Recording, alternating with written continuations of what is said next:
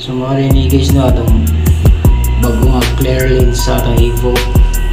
Nag-ilis sila sa atong Evo clear lens guys kay tipak mo lang usa ka dowel sa lock sa kuha itong visor. Ay, sayang kayo, mara dyan yung issue.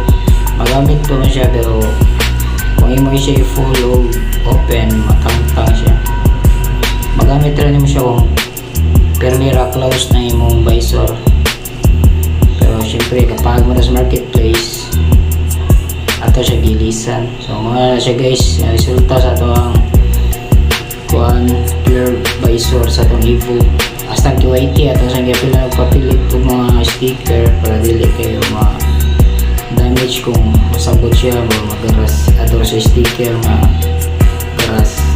So mana natin atong QIT, mana natin itsura sa itong QIT, mana yung sticker itong Evo, mana yung mga sobrang sticker guys, mana natin itsura sa itong dual helmet. Ano na siya, mga niyang batong clear lens na natipak na ito, hindi panguha mo ba niyang mga sticker at hindi pag-ibalik ito sa atong clear visor.